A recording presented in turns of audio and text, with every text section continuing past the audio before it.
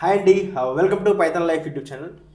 ఈరోజు టాపిక్ వచ్చేసరికి AI టూల్స్ని use చేయాలా లేకపోతే ఏఐ టూల్స్ని బిల్డ్ చేయాలా, దాని గురించి ఎక్స్ప్లెయిన్ చేయాలి. మంచి క్వశ్చన్ అండి. యాక్చువల్లీ యా జనరలీ ఏ టూల్స్ని యూజ్ చేయడం అనేది ఎప్పుడూ తప్పు కాదు, కానీ అప్ టు సమ్ లెవెల్ వరకే.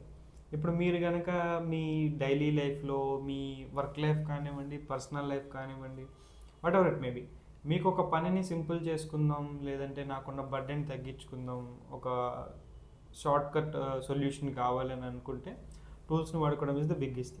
కానీ మీరు కనుక ఒక జాబ్ని కానీ లేదంటే దీని మీదే చుట్టూ మీ కెరీర్ని బిల్డ్ చేసుకుందామంటే చాలా పెద్ద మిస్టేక్. ఏ టూల్స్ని మాత్రం అంటే వాడడం తప్పని అనట్లేదు, ఏ టూల్ని వాడటం మాత్రం ఆపేస్తే కనుక అది చాలా పెద్ద తప్పు.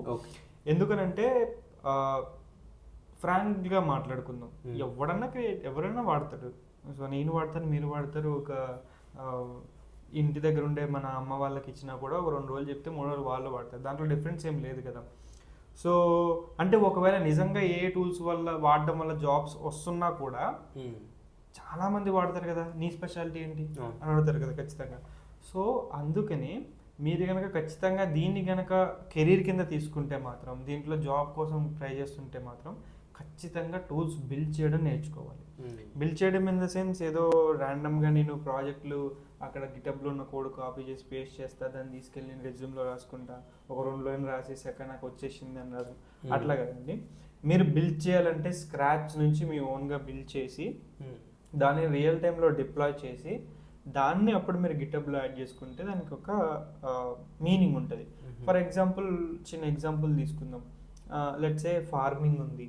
ఇప్పుడు ఫార్మింగ్లో మీ ఫాదరే తీసుకోండి, లేకపోతే మీ రిలేటివ్సే తీసుకోండి, లేదంటే మీరు జనరల్గా ఫార్మర్స్కి హెల్ప్ చేద్దామని అనుకోండి. ఏ సిచ్యువేషన్ తీసుకున్నా కూడా మీరేంటి, ఓకే వీళ్ళకి ఎప్పుడు వర్షం వస్తుందో తెలియట్లేదు, లేదంటే భూమిలో ఎలాంటి ఫెర్టిలైజర్స్ వేయాలి, లేదంటే ఎట్లాంటివి తీసుకోవాలి, ఇవన్నీ వాళ్ళకి తెలియట్లేదు అని అనుకోండి. You can build an app. ఎలా ఉండాలి అది?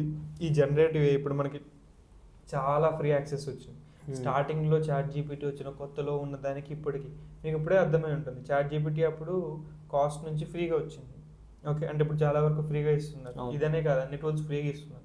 అంటే ముందుకు వెళ్ళే కొద్దీ, డెవలప్మెంట్స్ పెరిగే కొద్దీ దీంట్లో వాళ్ళకి మేకింగ్ ఛార్జెస్ తగ్గిపోతాయి.